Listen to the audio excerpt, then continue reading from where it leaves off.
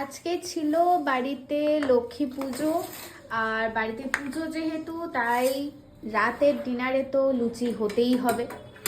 তাই এদিকে হয়ে গেছে গরম গরম ফুলকো লুচি, আর এখানে আছে আলুর দম, ছোট আলুর, এই যে ছোট আলুর দম, আর এখানে এই যে ব্রোকলি আছে, আর এখানে এই যে শীতকালের নলেন গুড়ের রসগোল্লা, আর রস চলে যাচ্ছে, রস ছাড়া কিন্তু এই রসগোল্লা একদম ভালো লাগে না।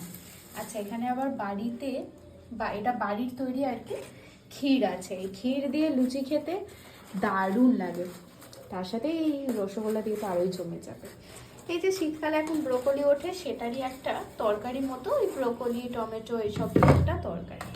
এটা হচ্ছে আজকের ডিনার, পুজো মানে বাড়িতে লক্ষ্মী পুজো উপলক্ষে।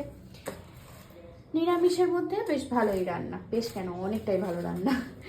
চলো টাটা, বাই বাই।